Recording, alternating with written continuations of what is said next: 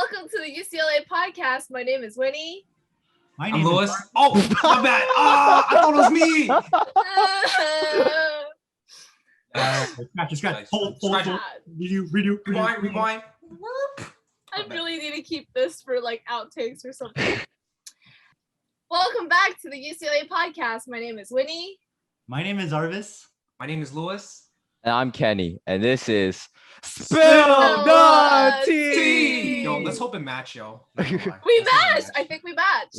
But today is actually our recording day. Today is actually the day of Kenny's birth. I don't know why I said that. The day on my birth. Yes, happy birthday! Thank you. Wait, how old are you, Kenny? I'm 18. No way, you're a liar, man. I'm 22 now. Nice. 22. I'm getting up there. Damn, so you're the grandpa now. I am the grandpa of UCLA now. Wow. Amazing. But it's real nice to see y'all. I haven't seen y'all in a while. We haven't done the podcast in a while as well. So Yeah. True. It's been a hot minute. What happened? But for people who do not know you, do y'all want to introduce yourselves? Old people. No, yeah, I'm down. Yo, Arvis, you want to start first or you want me to start, man? Sure. I'll start first. Alright, you got I'm Arvis. I was a UCLA member for 2 years before I graduated. I started off as a regular member, but it wasn't until I became the committee member for CLP, which is the Chinese learning program, that I really got involved in UCLA.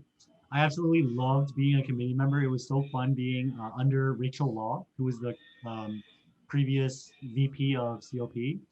And it was a year of planning events, teaching people about Chinese culture, Chinese language, and it was just really awesome. And even when I graduated, I still gave back, and I'm a mentor for 2 mentees. Shout out to Angela and Nikki. And yeah, just happy to be here. Damn. I got to clap for that. That was really nice, yo. That was really good. I can't follow up on that. That's like... I was going to say. Yeah, I can't follow up on that. I really can't follow up on that. But I'm down for it. Hey, guys, my name is Louis. I am the old member of UCLA. Freaking Simon calls me grandpa now. But back in the day, I was the executive president from 2017 to 2018. But you know, everything started, you have to be like a small boy. So I was like events committee member during my freshman year, and then I worked my way up. And then I was VP of events during my sophomore year. And the junior year was when I became president. And yeah, dedicated like my whole entire college career to UCLA, which was a super amazing experience. I would not trade that for anything because I met a lot of great friends, met a lot of great people from there. And yeah, I freaking love UCLA. I love you guys, yo. Thank you guys for doing everything. Wow. Podcast is amazing. That was a pretty good follow-up. That was a pretty good follow-up. That was a good follow-up.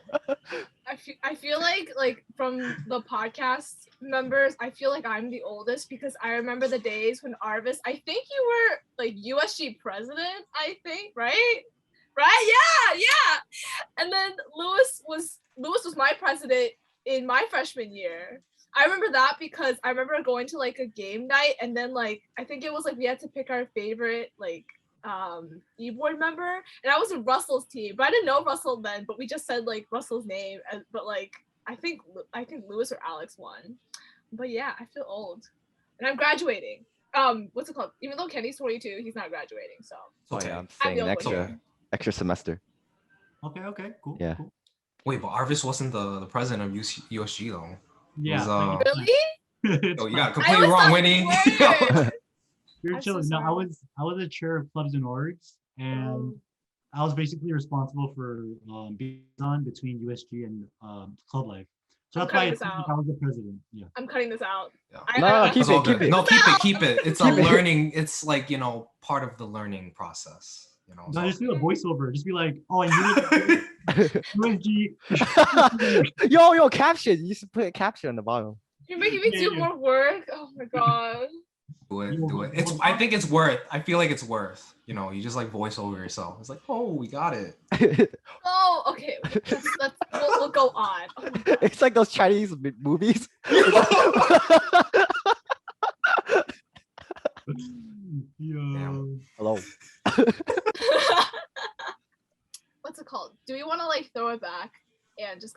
talk about the old days of, you know, when you were in UCLA and like the good old memories. I don't know how to do this anymore. Your most memorable memory in There you UCLA. go. Memorable memory. Memorable memory.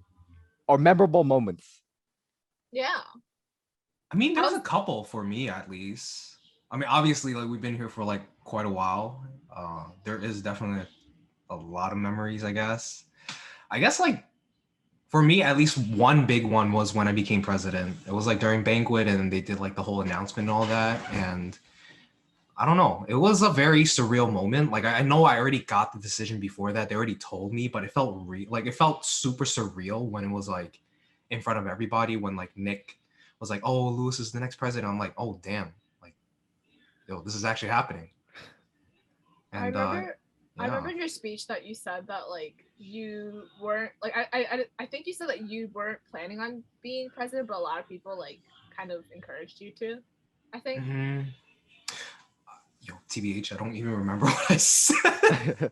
It's been so long, but yeah, I know. Like, I think a lot of people did encourage me during that time, and it took a while for me to really like think about and process whether or not I should apply for it, because it's a big responsibility, not gonna lie. Like, besides from like running like a whole, you know, like an extracurricular organization, like you have to balance between like school and finding like an internship or at least like a job at that point in time. And it was kind of tough, but I feel like because of that experience, I feel like it kind of I don't know. It definitely made me a better person. Like I definitely saw like a huge improvement in terms of like me managing like the stress that was kind of like inherent, like, you know, part of that job. So yeah, it was a really surreal moment, and you know, I got to meet a lot of amazing people. I got to meet Arvis through UCLA, you know,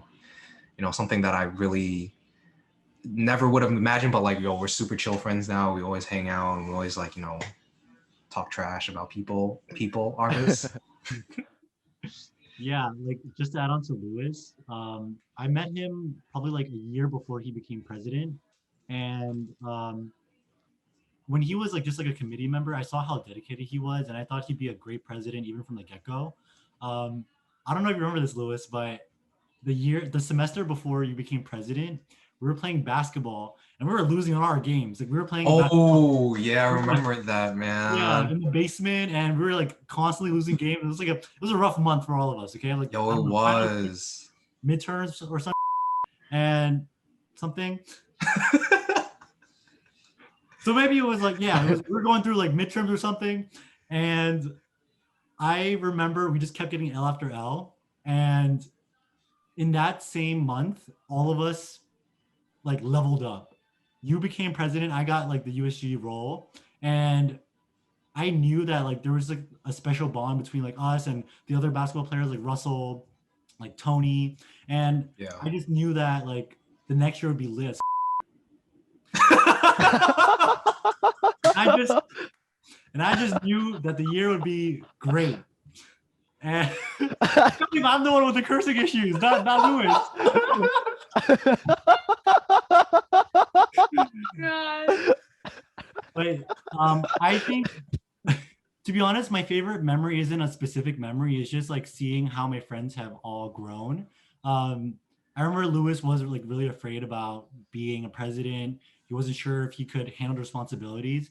But throughout the entire year, we pretty much like worked hand in hand, and not just like as like leaders, but as friends. And for him to come like such a long way, I think it's like really rewarding.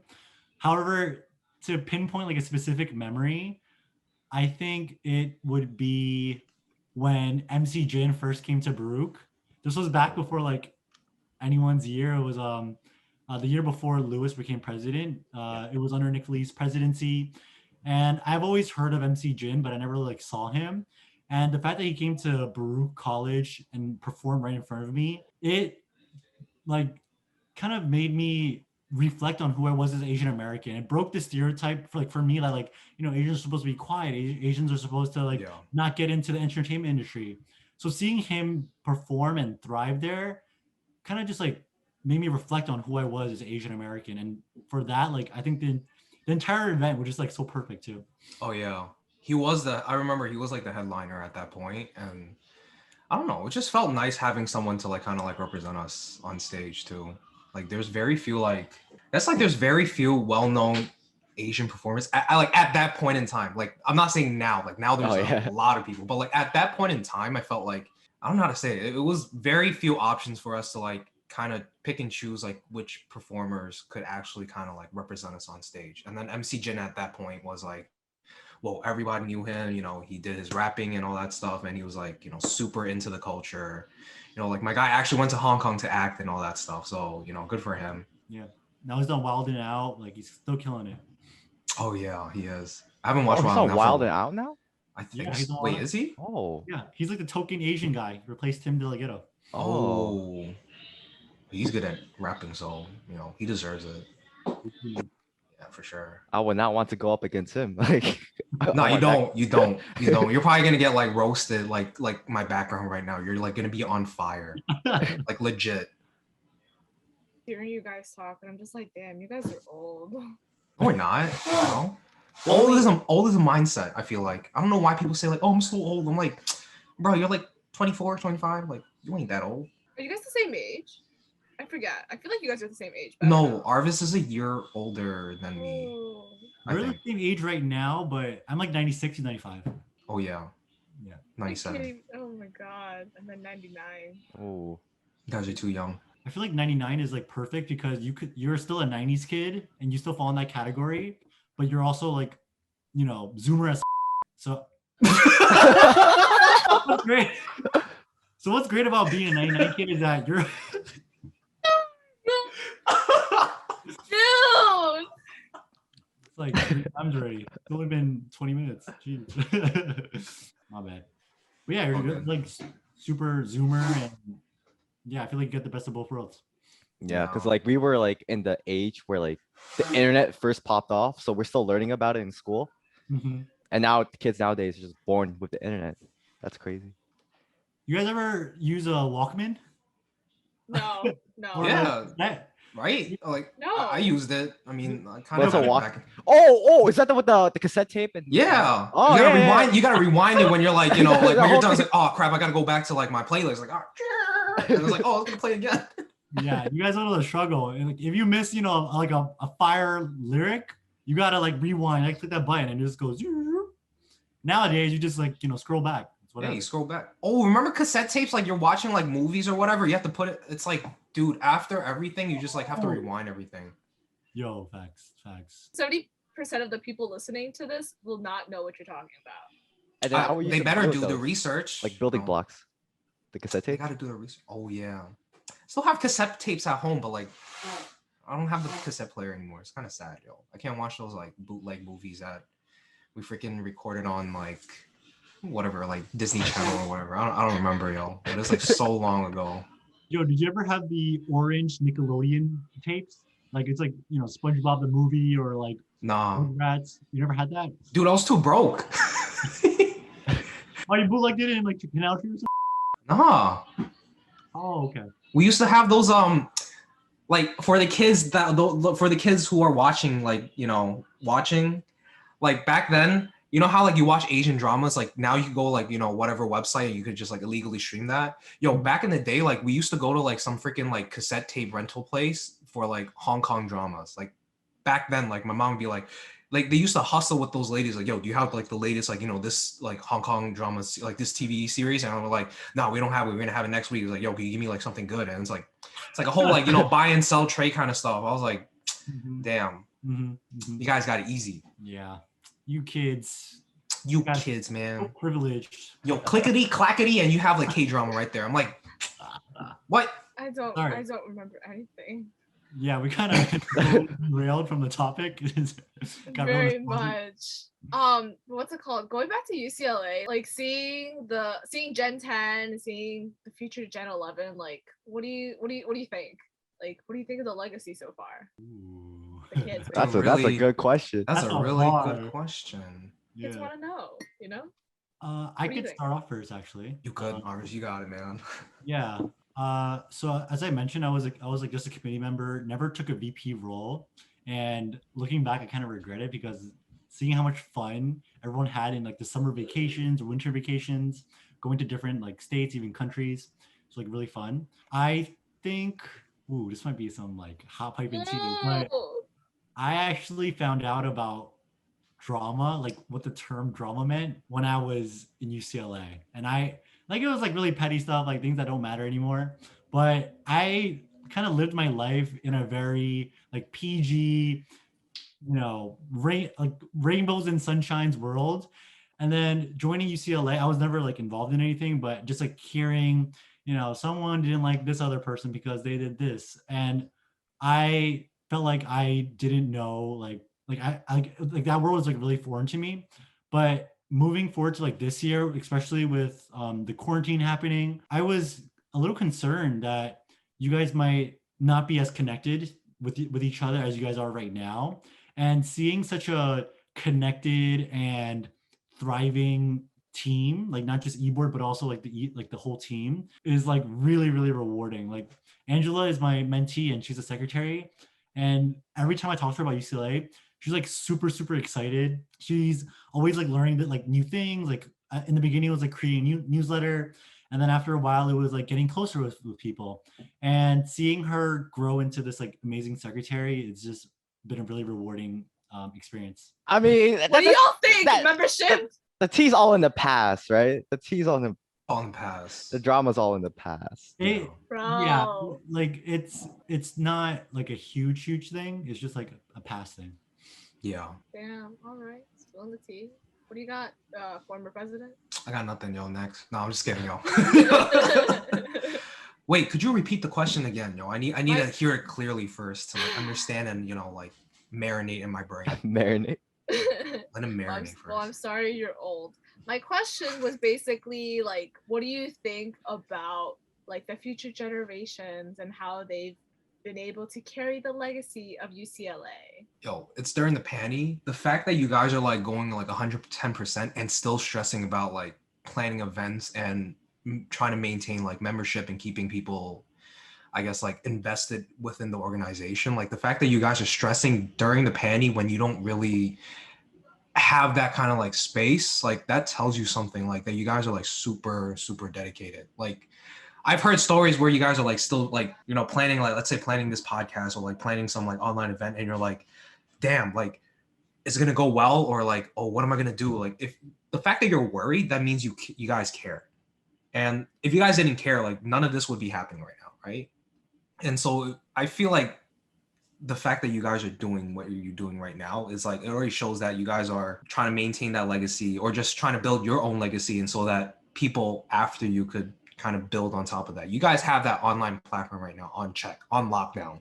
So the fact that like, let's say you guys go back into school, like, you guys have both that online platform that's already established because of the panty, and you're going back and now you're reestablishing that like, human to human connection. It's just, I feel like you guys are just going to grow from here. Like you guys are doing the best that you can, and you're maximizing that, I guess, like opportunity that's given to you right now. So, yo, I don't got to worry about you guys, yo. Like, you guys are good. You guys are freaking good. That's so funny.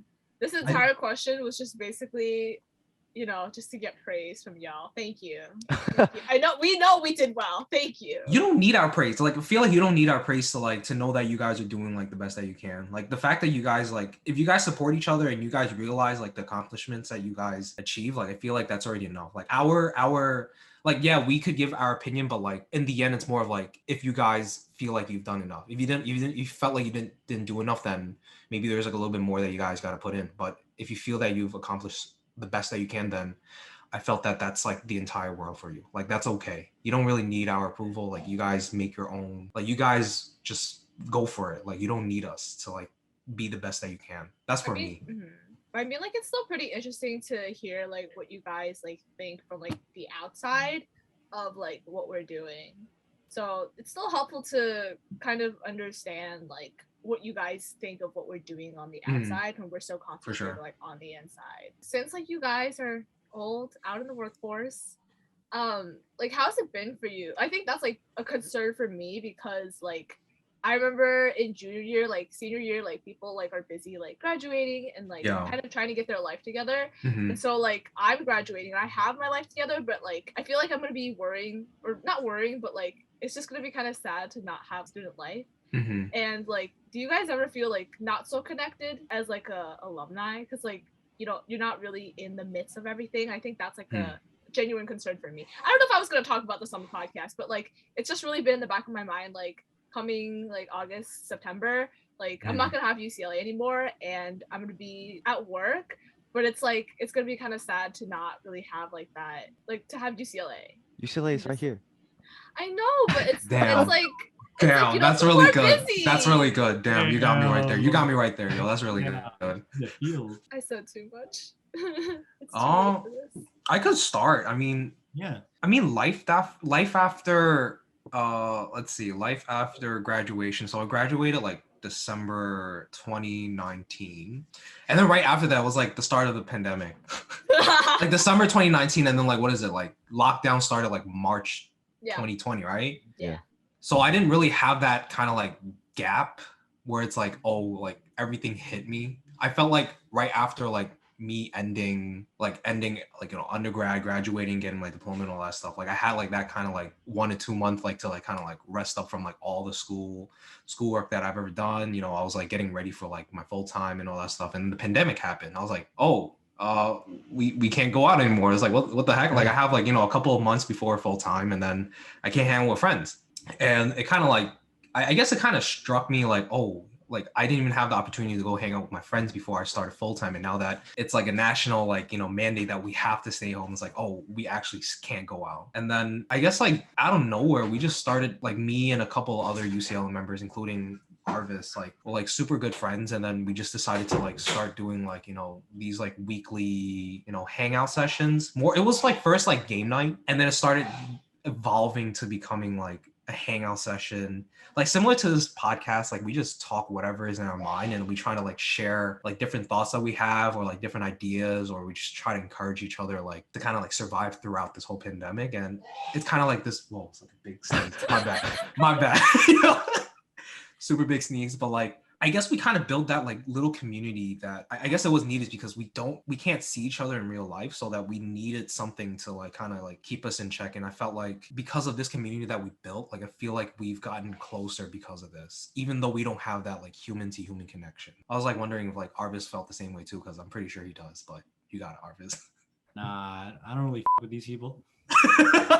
Again. What the hell be loose? Am I leaving that in? Can we leave that in? Guys, I'm not a potty mouth. Like He's not.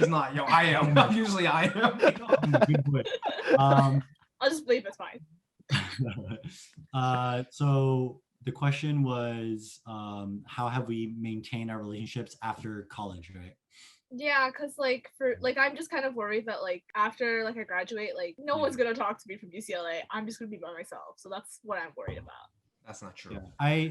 I think like I don't want to lie to you and say like, oh, you guys are gonna be best friends, like you're still gonna have weekly meetings and it's gonna be great. I think it all depends on how deep the conversations that you've had with your team are. If your conversations go beyond your work, then you guys are obviously friends, and you guys will obviously talk after college ends, because your relationship was carried on after all those like past those responsibilities. Yeah. I actually think Lewis and I have never been this close like right now. Like I feel like that's true. Yeah, I've never known Lewis this much until like now.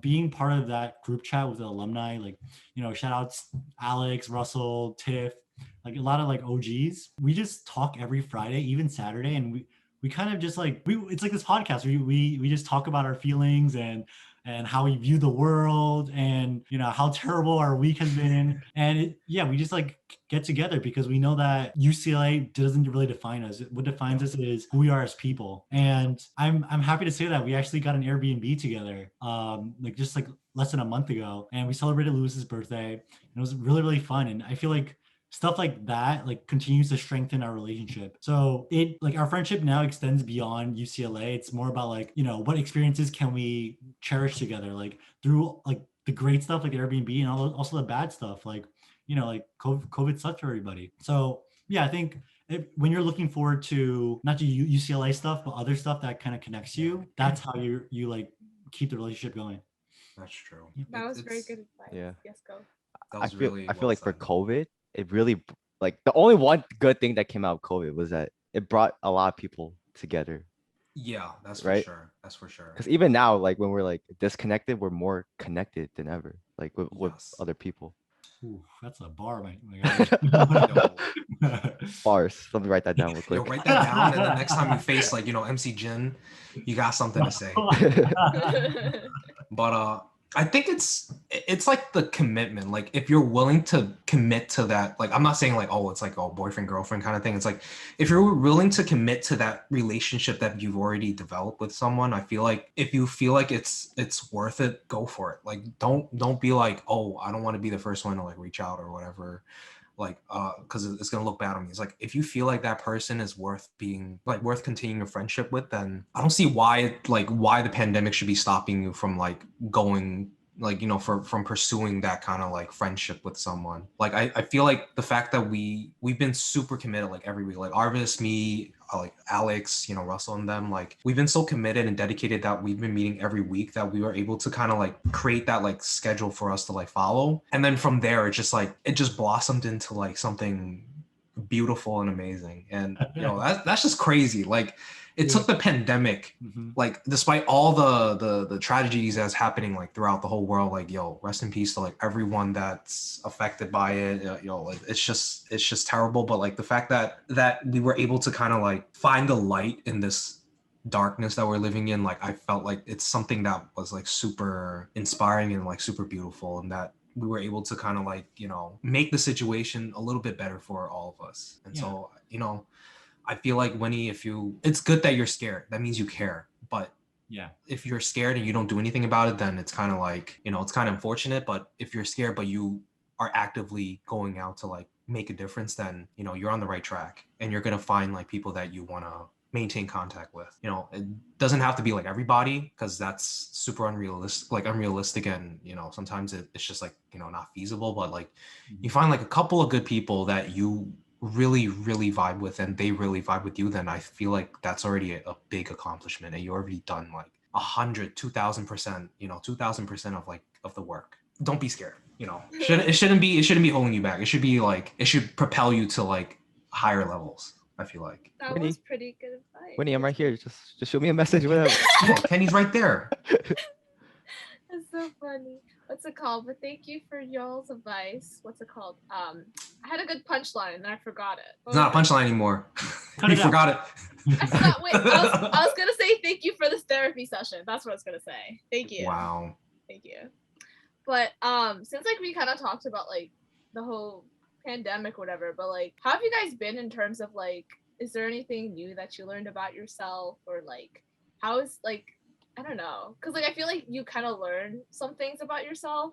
Like I kind of realized that like I kind of like spending time at home by myself sometimes. So it's like, I don't know if you guys like learned anything from like working at home, or like being stuck at home, that like you've, I don't know, found new hobbies, or like also like starting like the group chat and just like being able to get closer to some people that wouldn't have happened without this happening. Yeah. So for me, I think I learned two really important things that I'm going to continue using for like the rest of my life.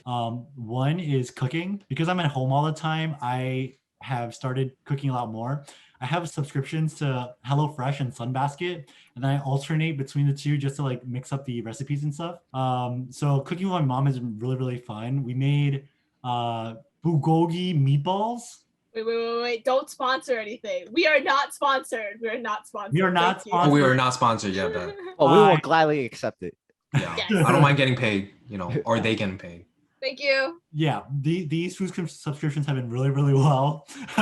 But yeah, we made bulgogi meatballs the other day. I made like chicken BBQ tacos, and it's been like really fun with my mom. And another thing is planning. I realized how fun it is for me to like plan stuff with my friends, because I didn't get to see them for like almost a year. I made sure that like when 2020 hit, I was like hitting the ball running. So not only did like Lewis and I go to an Airbnb, but with like my childhood friends that I still stay connected with, I planned a snowboarding trip. Like it was like the 9 of us. We went to the Poconos.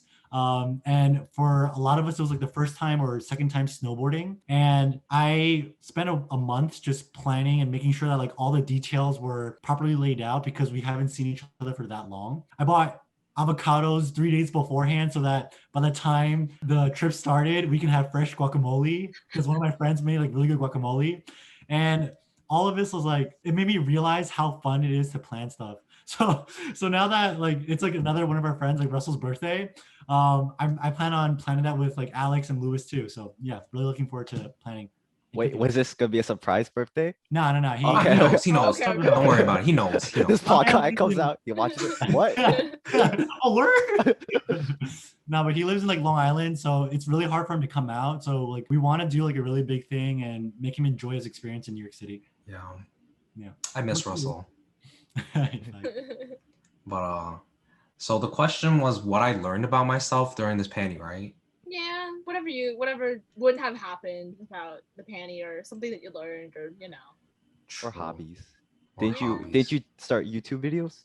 Yeah. I did. All right, yo. So I started, making YouTube videos like the beginning of 2020, and then I kind of stopped because I got kind of lazy. I blame myself for being lazy, obviously. But I think at that moment, like when I was making videos, like it's super enjoyable in terms of like just being able to like speak your mind out, like minus the cursing and all that stuff, obviously, because for me, like I curse a lot. I try not to during those videos because I'm trying to stay kind of like PG, trying to get that money. But lately I've been kind of like lazy, but I aim to pick it back up because I feel like there's a lot of issues that we could speak about, or like I could use that platform, even though there could be only like 100 people watching. I feel like that platform is for me to kind of like share my thoughts, come through, join me in my life and just like, vibe with me. And yeah, like I do intend to like go back and just like, speak my mind out for sure. But there are other hobbies that I did pick up, like just like Arvis, like I started like I cook with my mom now. Like every time, like every now and then, like she asked me, hey, yo, you want to cook with me? I was like,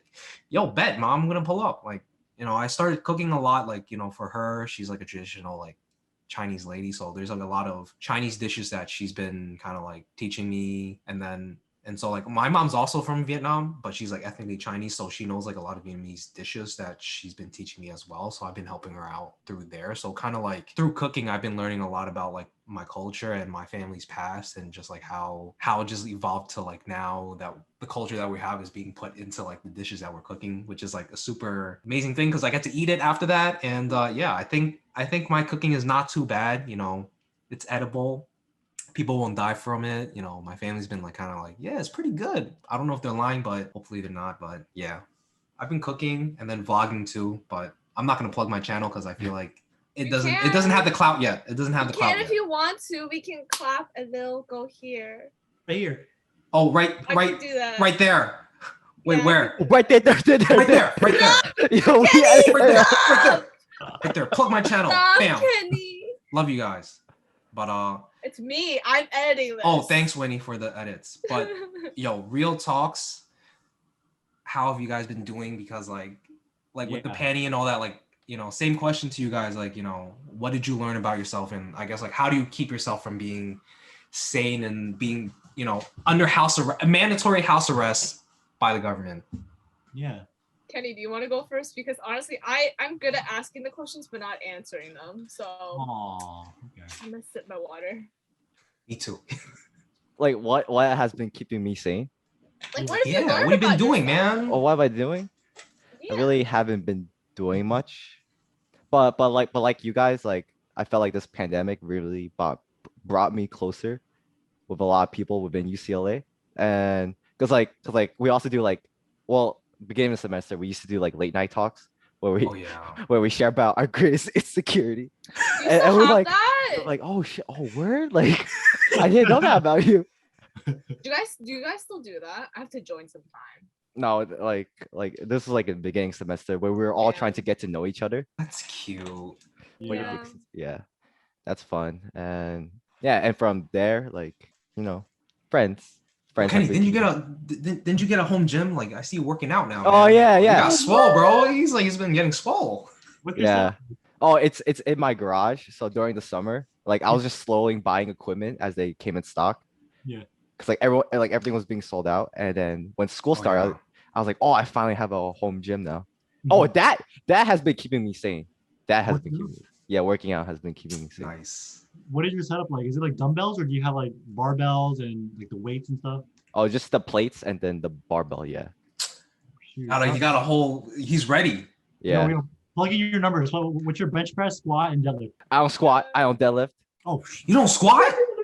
cut it out. Cut it out. Cut it out. I don't squat. He I doesn't don't deadlift. squat. The only thing I do is bench it. That's it. That's all that matters. He's That's doing all the that bro matters. workout. That's all He that doesn't. He matters. doesn't. That's a bro workout, I man. do the bro splits. It's chest on Monday, chest on Tuesday, chest on Wednesday. What's legs? What's leg day? There's no such thing as legs.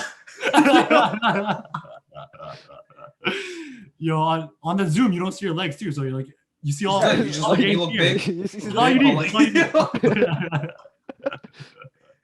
Damn. About to come out of quarantine looking unproportional as He looks like a pizza, yo. no. It's like this. Like, yo, Kenny's like, yo, what's up, man? Yo, squirrel. Yo, squirrel. He's like triangle. Oh, what are you talking about? He's not even a square no more. Oh, that was good. How about you, Winnie? What have you been up to? I don't Yeah, even Winnie. know. I don't know. I feel like I just realized that I'm just very antisocial. Just a little. You have a podcast.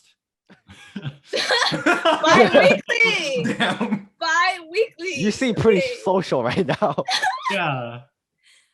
It's more like I'm just really bad at maintaining like friendships or relationships. I feel like I just kind of do the bare minimum, just go with life. But I feel like because like I'm stuck at home, I think it's very easy to like be organized and just kind of like plan your day, because like it's like you are in control of what you eat, what you do. So it's like I feel like it can be a lot more productive that way. I feel like that was what really, I don't know, made things like, I don't know, aspirationally productive, I guess. I don't know. I'm just living. I don't know. But I do want to go out though. I do want to travel. I miss that. That's Winnie, it. do you follow productivity channels on YouTube? I do not. Well, I Uh-huh. feel like it's like I kind of have them, but then like I don't really look at them that much. Just I Okay. don't know. Okay, because you mentioned productivity, and I feel like your setup must be crazy right now. No, Oh. just one laptop. No, Oh, two laptop. screens. You have Yeah. everything up here, steel trap. You just to-do list and everything. Yeah, there you go. Okay, cool. Thank Maybe you. it's a step-by-step process for Winnie. Like, sometimes like we do everything at once. It's kind of overwhelming, and then you're just like, it was kind of too hard, and you just give up. But Yeah. yeah, maybe a step-by-step thing for Winnie. Like Winnie maybe likes to like take it slow, Nah, I'm okay. or you just don't want to do it. It's like, I don't want to do it. I mean, I'm trying. Okay, trying. That's my good best. though. That's Thank good though. you. At least she's trying. So we Thank gotta you. give her The props effort for is that. there. The Thank effort is you. there. Thank But you. if we see the solutions, Winnie, that will be even better. But what No are my passive aggressiveness solutions? involved, but What are like my solutions? if there are results, then it will be a lot better, like 200% better. I graduated. I Oh, graduated. Does that count? Oh, that's Yeah, true. pretty much. Wait, Pretty finals much. week True. is next week. I don't have any finals. Oh, Oh. yeah, she Yeah, graduated. that's She fun. graduated. This Oh, girl she done. graduated. She Yeah, done. I'm done. She got a diploma sent already. Thank you. Sent through a PDF file. You got to print out. Oh, that's But so it- depressing, bro. Thing is, like, I feel like I don't care about graduation that much. Like, I know, like, everybody has their grad photo shoots and like the stole, like the UCLA stole. Yeah. But it's like I don't really care that much because it's like it's just a waste of money. I'm sorry, but like I don't care about the photos. I just want to graduate. That's true. I don't know. Or maybe I'm just like not social enough that I would want to take photos with like other people and like get stole. But yes, go. I kind of feel you because like because I've been saying this, like even if graduation was in person, I'm not gonna walk. Like I'll probably show up outside the event, outside the venue, take pictures. And then, bye guys. I would probably buy it if it was in person. But like I feel like I don't know. I think I would buy it, yeah, because it's just I don't know, it's easier. And you kind of are there, so you might as well take the photos, you know? Would you buy the stolen gown? I would if it was in person, probably. You would if it was in Because like person. it's just a natural like Like you should linear get it. progression. Yeah. But Lewis then, and like, I actually walked together. We sat next to each Oh. other. We stood up together. We sat back down together. It was like a whole Didn't even thing. walk at all. Like you didn't even have to walk, man. Like they say Yeah. walk, like what? I'm just sitting up and down, man. That's it. It's a Yeah. squat. Wait, really? You just like they go Lewis deep. You get up. And then Ah, no, they even call our Ah, names, right? They didn't even call ah. our names. I don't remember that. they They say just like, class of Zicklin, class of 2018 Zicklin. and then we stood up like that. It's like the wave. And then like, turn your tassels right. It's like, okay, yeah. oh, yo, bet. I was like, oh, where's the diploma, man? have you guys seen like last year's graduation? It was like PowerPoint presentation, and then it was just like people's names and photos, and then not even photos sometimes. It would just flip, and then that's it. You get your 1 minute fame. No. Yeah. That sucks. Yeah. But I think the in person, I felt like it was a little bit better because you're with, like, not even though not everybody like was walking or like was at the graduation with us, like it felt nice to know that like all of us who's been through that process and struggle is there, like With those you. who are there are with me or with like me and Arvis and a couple other friends that were there. Like it felt nice knowing the fact that like our struggles are recognized, even though we didn't walk across the stage, didn't call our names. Like it was nice to have our parents sitting up there just like looking down like, damn, like my kids actually graduated from college. Like it was a good feeling, even though it wasn't like, oh, walking and all that stuff, but I like the feeling. It was nice after that. Yeah, I think we don't really do it for ourselves. We do it more as like a performance for like our family, for our Yes. friends, for the gram. So the fact that like you don't really care about it, like I don't think Lewis and I really care about it too. But it's just like might as well do it while we're like it's the only time we can do it together. So Yeah. Yeah. And plus you're doing it with friends, and I feel like it's a good motivation, like just it's a good excuse to hang out with friends. Even if you're not walking, you're going out to take graduation pictures together as a group of friends. It's a good excuse for you, Winnie, to, go out and socialize and maintain that relationship. Ooh. Ooh. No, Kenny, And you say you want to bar? get out too. You want to leave the house. I That's a have good no excuse for you. friends. I have no friends. I have no gown. I have no one to Winnie, borrow Winnie, a gown. Winnie, who are we? I thought we were friends. I Yo, don't aren't have we a friends? gown to borrow. I think Susie's probably gonna be borrowing your gown, right? My gown is like, it's gonna like look like Susie's not gonna fit. Susie's gonna be like Maybe a it's like, robe. yeah, it's like a robe for her. And it's a gown, so you could just switch. Yeah. Or you could just share, you having one arm, and Susie has the other arm, you just zip her up. Like, hey, we're graduating. So funny. I'm gonna keep this. This is so funny. Maybe you guys can do like a UCLA graduation, and then you guys all like get together, and stand up on Zoom. Oh my God. You No. do On the Zoom? No, in real person, and you have someone with like the graduation song is like da, da, da, da, and you put it on repeat, Yeah. and then you just have someone stupid to like do like a silly like British voice. And it's like, next up is Winnie Lynn, and then like you go up and get some like fake freaking like diploma, and then like, yo, that's it. You're celebrating with friends. Screw the other people who didn't struggle with you. You're with homies. No, Yeah. but the thing is, there's only 2 people graduating. It's just me and Susie. Whatever, just 2 people think it's whatever, man. It's like a girls' hangout. Damn. The valedictorian of UCLA 2021. The salutatorian. Winnie. Yeah, you guys get to flex and you feel good about yourself. Yo. So funny. And your parents just sit there like, You gotta do it in someone's backyard. If you don't have a backyard, just like borrow, like go to like a freaking park around you or whatever.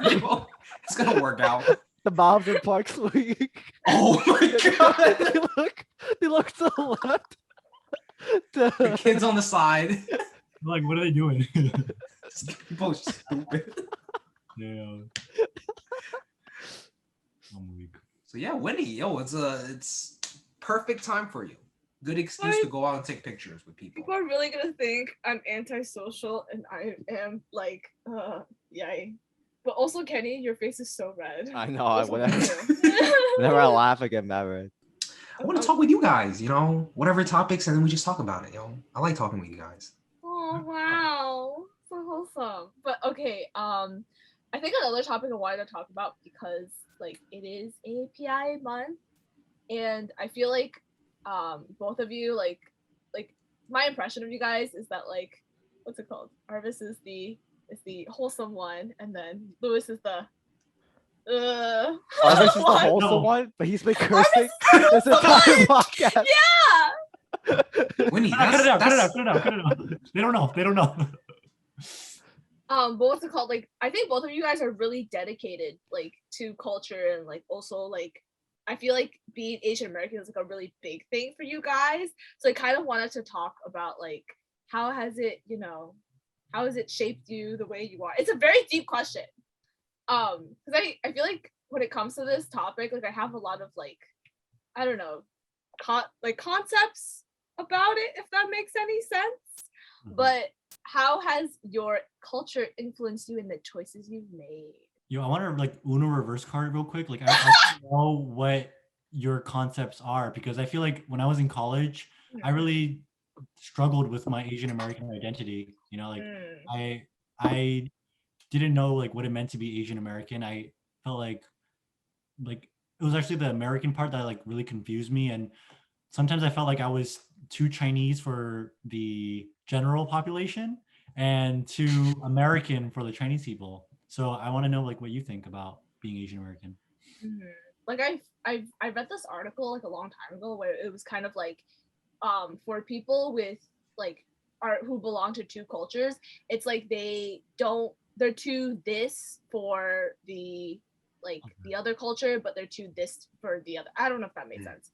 But I feel like for me, I've been fortunate that like I haven't really been like, oh, like I don't want to be Asian, or like I wish I was another ethnicity, because like I've realized that like what you said before, like there are two types of like Asians, I would say, in terms of like there are people who have been surrounded by Asians, and so there's less of a like not fitting in type of mentality in terms of culture. But then there are also people who are in predominantly like white neighborhoods or with other ethnicities that they tend to try to assimilate to that culture, or just always kind of feel like something's a little off in terms of like who they are and like the environment that they're in. And so like I think for me, like I've been really fortunate to be surrounded by Asians, so like it wasn't too much of a problem for me. But also like I just kind of realized like going into the real world and like starting like my first internship, like it's not really like that. And it's just been really interesting in terms of, I don't know, kind of having to assimilate to like the majority of the people being white. I think it's been really interesting in trying to fit into that and try not to lose yourself. I just also realized that like I think when we're younger, like I think we definitely know a lot more about our traditions, or we practice them a lot more. But then as we grow up, like people are busy and people get older, and people aren't really like, they don't really have time for like traditions like, I don't know, getting together for Chinese New Year or something like that. Yeah. And so it's kind of like you have to try to celebrate it in your own way, kind of. And also just like I feel like for me that I'm kind of always trying to, I guess, go back to my culture. I think that's also like a result of like, because like there's not that much like, I don't know, traditions that we celebrate that much anymore. Like I'm just really holding to the part where like I talk in Chinese with my parents, and like I'm glad that I learned Chinese even though I wasn't happy then.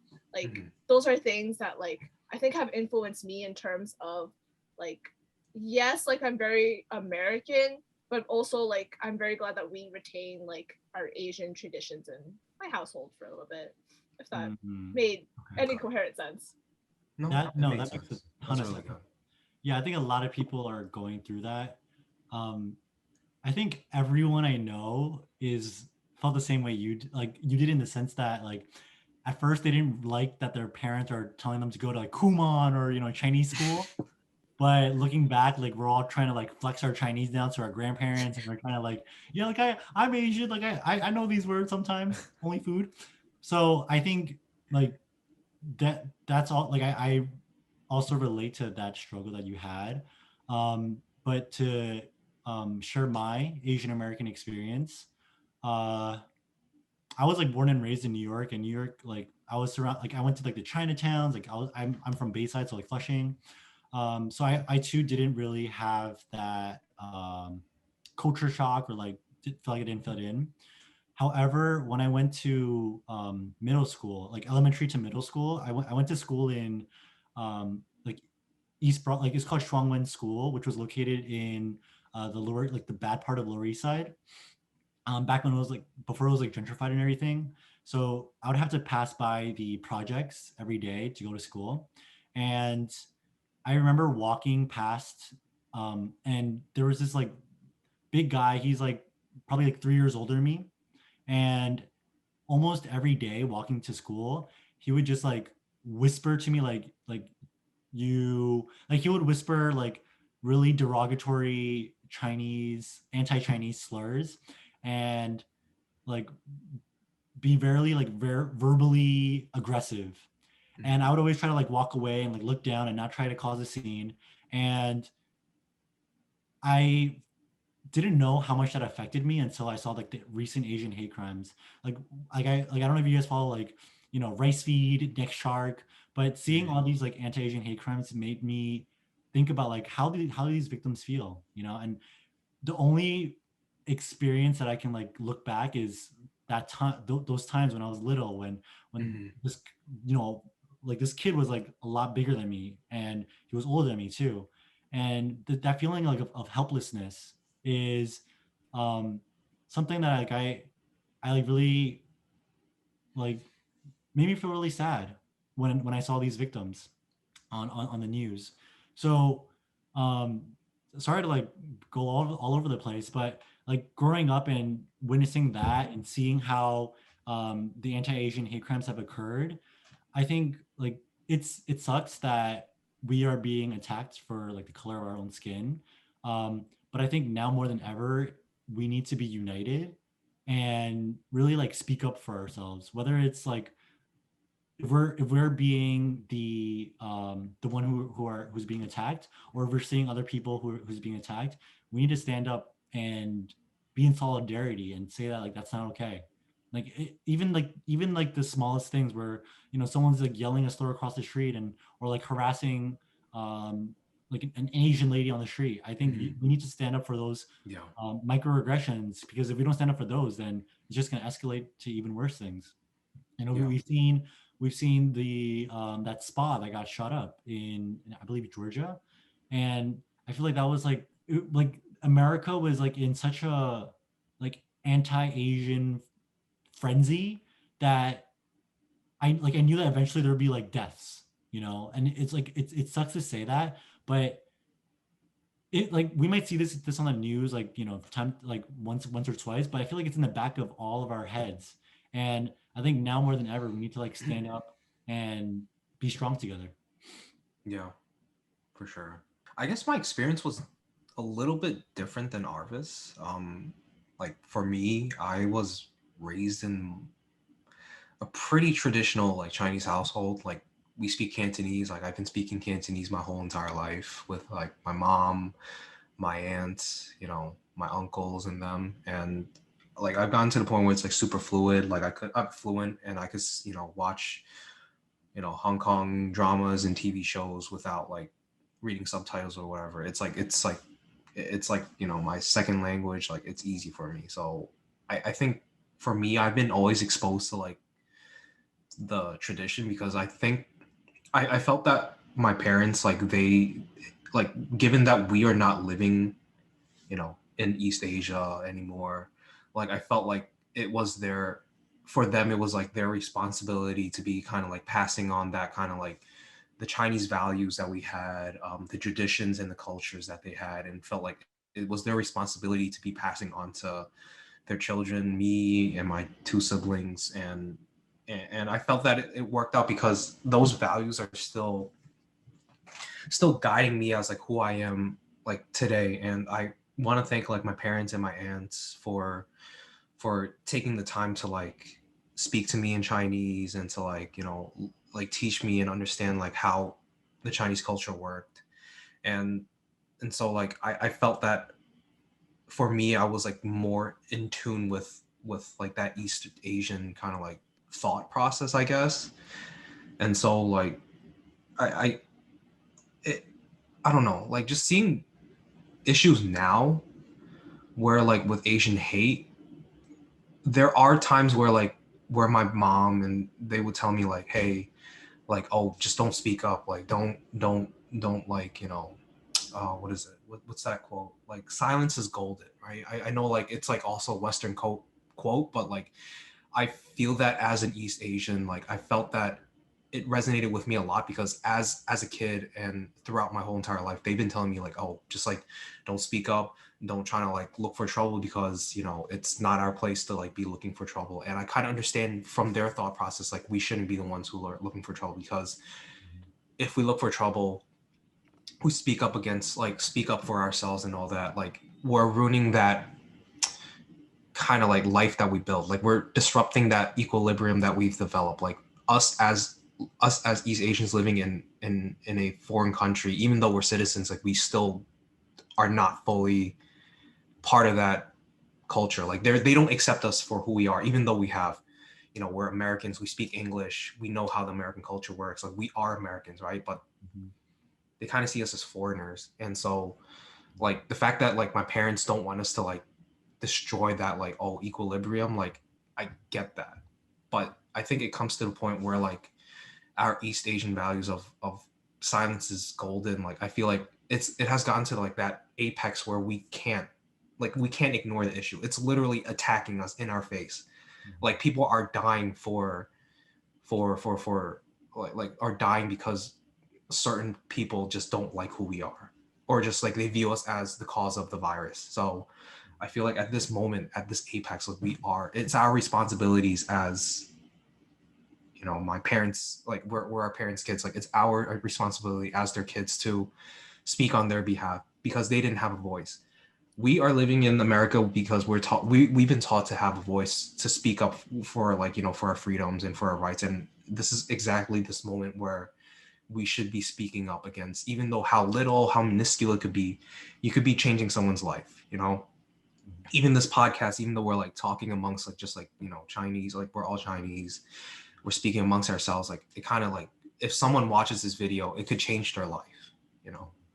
So the fact that we're open about this topic, we are potentially causing this big ripple effect, or we're just adding to that kind of like we're amplifying that kind of message to the people out there, whether it's like small or big, we're all, you know, adding our effort to it. And so that I feel like speaking up and being able to like, you know, embrace the culture that we are in and being able to fight against people who don't agree with us or who view us as a virus. Like I feel like it's our job as, you know, as our parents' kids to speak on their behalf. And it sucks. It really sucks. Like, dude, like we've been living in like a false sense of security. Like back in the day, like I'm pretty sure all of you guys like are going out the house like, oh yeah, we're Asian, like we don't got to worry about getting attacked, right? Like now literally like I have to look behind, like every time I go out the door, you know, I'm walking to the train station, I have to look behind my back. I'm scared someone's gonna follow me and, you know, beat my ass or whatever, right? Like I just feel like it's like it's gotten to the point where we have to look out for ourselves. Like we've been living in that kind of like veil, and now it's been lifted. We are seeing the world with like a new point of view, and it's an ugly point of view, but I feel like it's our responsibility to fix it because we're going to be living here for the long haul. We can't just like leave to like Antarctica or leave to like, oh, let's go live in the North Pole, develop a new country. Like that's BS. Like we're living in America for the long haul. It's our responsibility to make the difference, change, and make it better for us and for our kids, kids, and, you know, and so on. So, you know, I think it's worth fighting for. I feel like it's our duty. Yeah. How has the anti-Asian hate crimes affected you guys? And you go, because I'm just gonna get upset if I keep talking. Thank you. We don't have to talk about it. We could, you know, zoom out. Yeah, it's okay. Yeah. But like Kenny, you should talk though. How it has affected me? Or how has like your experience been? Yo, I just Yeah. get so mad looking at Me those too. videos. Me too. Like, Yeah, for sure. like they're attacking the elderly, and I'm just like imagining my grandparents Mhm. like them being attacked, like Oh my god. because they don't Yeah. speak English, so they're like, no, no, no, right? So I'm like, yo, that's something. I'm sorry. I That's feel all I have you. to say. That's all I I have to feel say. you. No, I feel you. I feel you, man. Heated. Yeah. I feel like I feel the same way too. Like they're mostly like kids, like people in like 20s, 30s. They have like no right to attack elderlies, period, whether like what race they are. But they're preying on like the weak people, the people who can't fight back. Mhm. And I think it's so Exactly. cowardly of them. Like it's such a cowardly act to attack races. Like, why, if you're such a tough guy, why don't you pick on someone your own size? But no, they have to like vent out to people who can't fight for themselves. and Exactly. and yeah, like I I talked to my grandparents about it, and what's so frustrating is that they're like, nah, it's fine, we're chilling, like we're it's New York, like we're leaving Long Island, it's fine, like I can go out and buy my fruits and go to the supermarket, and they have like no care in the world. But like on the news, these people who are out and about, like some people were out like at 4 p.m 5 p.m, they're like going about their day, Yeah, it's a regular day, taking the man. bus. Yeah, they were just going about their day and they got attacked. And I feel like whenever me and my like family goes out, I feel like I have to take on that. Like I live with like I have two sisters and my mom, and I feel like I have to take on that role of like making sure no one messes around with us, Yeah. making sure that people aren't following us, people don't want to start anything. Like it's not even about like us getting beaten up. It's like who is trying to start something. Like as soon as someone makes a loud noise, I feel like I'm not I don't even like pay attention to like what I see like my phone anymore, because like one ear is like without my headset because I have to pay attention to what's going on around me. Yeah. And there's so many times where just like random people are like belligerent, loud, and I'm just like shooting up like, yo, like I'm not trying to be on the news, right? Mhm. So I think like that's how it's affected me. Like it's also like making sure that like me and my friends, whenever we hang out, we stay up, we go back home earlier, like before it gets dark.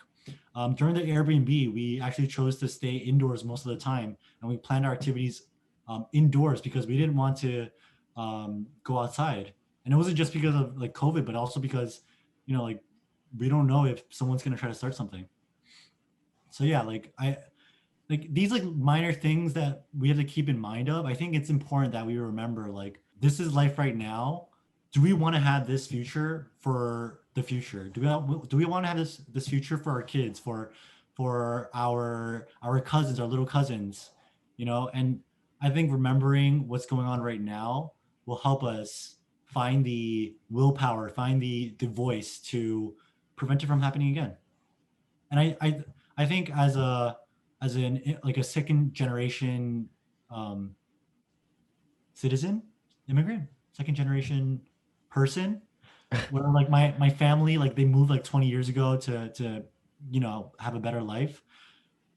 I think all of us have been burdened with like like our family left possibly with like the clothes on their backs just so that we can have a better life. How can we repay them? Like what can we do to pay back for this incredible debt that we owe? And when I was thinking about it in college, I felt that like I had to join UCLA so that I can continue that tradition. Like when I was in CLP, I would stay up until like 2 a.m. just making mooncakes for the Mid Autumn Festival. And yo, that was hard. It was like paced.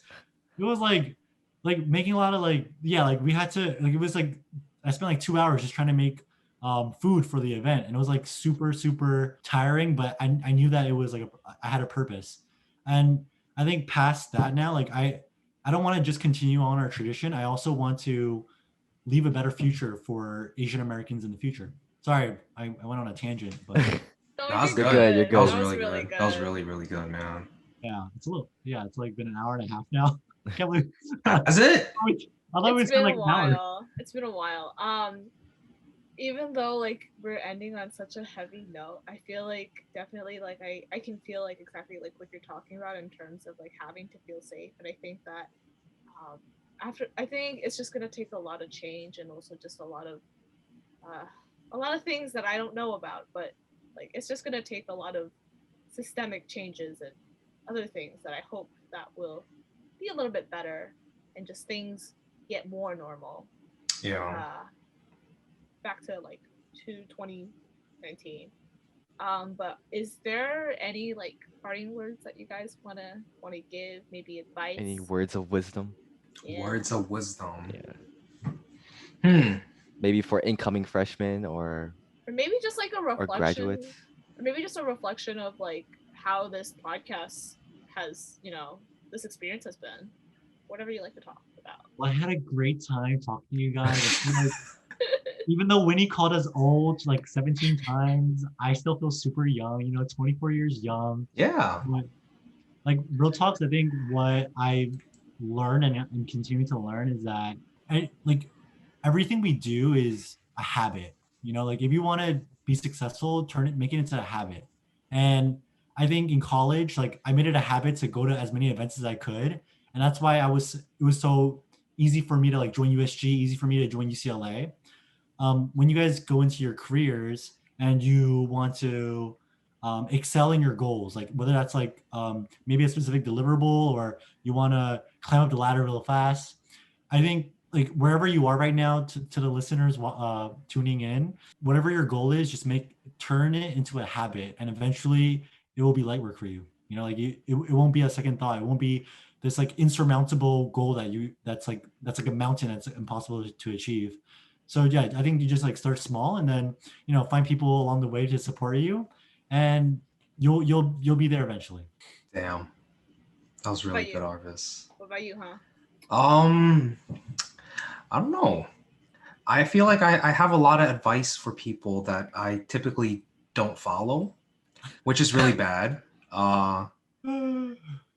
But for me, I feel like because of the pandemic, I feel like you should, when you have the opportunity to enjoy freedom again, take up some chances. Like sometimes, like, sometimes you come across like a chance that's like, it looks like it's like, you're going to get it again, but it's like a once in a lifetime chance. Just go for it.